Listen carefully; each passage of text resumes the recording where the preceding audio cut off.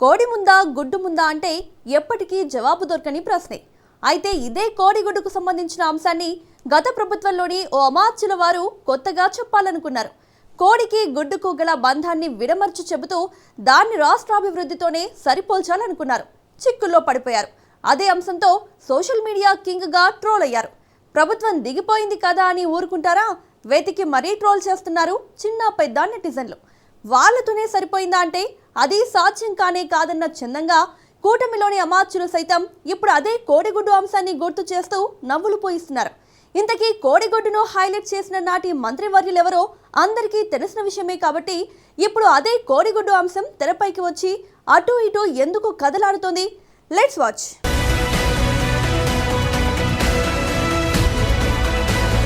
Davos పర్యటనలో Andhra politics హోరెత్తే.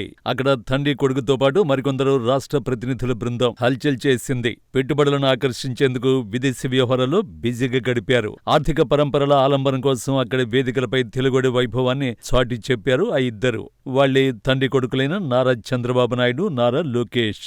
Andhra రాష్ట్ర ముఖ్యమంత్రి హోదాలో ఒకరు, ఐటీ శాఖ మంత్రి హోదాలో మరొకరు వారి గళాన్ని విదేశీ ప్రతినిధులకు వినిపించారు. ఇదే సందర్భంలో పెట్టుబడుల ప్రవాహం ఆంధ్రకు పరుగులు తీస్తోంది. ఆర్థికంగా వ్యాపారం చేయడానికి కంపెనీలు పెడతామంటూ చాలా దేశాలు ఆంధ్ర వైపు తరలి వస్తున్నాయి. అది విజనాంధ్ర వారధి చంద్రబాబు సామర్థ్యం కావచ్చు, యువ మంత్రి లోకేష్ లౌక్యం కావచ్చు. విదేశీ ప్రయాణాలు మాత్రం వృధా కావడం లేదు. పెట్టుబడులు మాత్రం కుప్పలు తెప్పలుగా వస్తూనే ఉన్నాయి.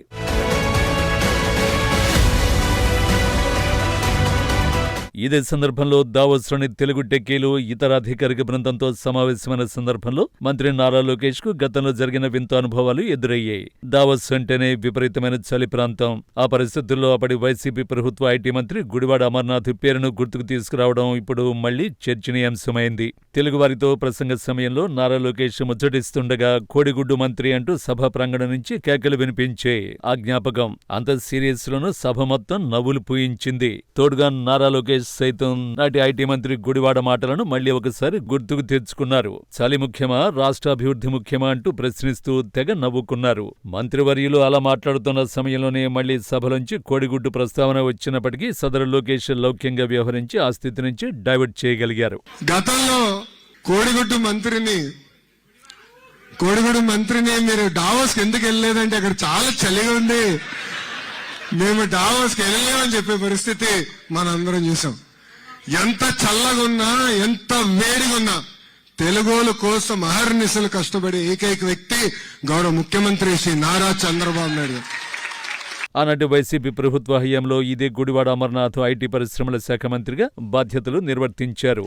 అసెంబ్లీ బయట ఆయన మాట్లాడిన తీరు అప్పట్లో ప్రతిదీ ఆణిముత్యమే. ఆయన ఏం మాట్లాడినా ట్రాలర్లకు ట్రెండింగ్ లో సరిగ్గా ఉపయోగపడేది.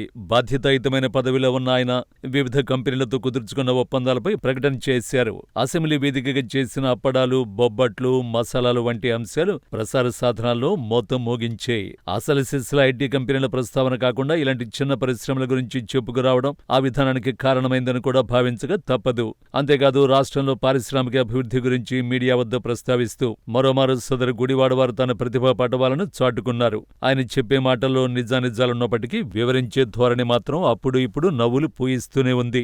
కోడి గుడ్డు పెట్టింది, అది పొదగాలి, ఆ పిల్ల కాస్త ఎదగాలి, అది మళ్లీ గుడ్డు పెట్టాలి, మళ్లీ పిల్లలను వృద్ధి చేయాలి అన్నట్లుగా తనదైన సహజ సరళ ధోరణిలో చెప్పుకొచ్చారు. అయితే అది కాస్త సోషల్ మీడియాకు కావలసినంత మసాలా ఇచ్చినట్లయింది.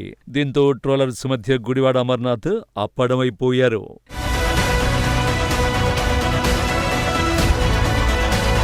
ఇక వైసీపీ ప్రభుత్వం దిగిపోయి దాదాపు 2 ఏళ్లవుతున్న దావోస్లో చలి తీవ్రత, కోడిగుడ్డు వ్యవహారాలు మాత్రం ఆ పార్టీని వెంటాడుతూనే ఉన్నాయి. ప్రస్తుతం కూటమి అధినేతలు దావోస్ పర్యటన నేపథ్యంలో ఆ సంగతులు మళ్లీ తెరపైకి రావడం విశేషం.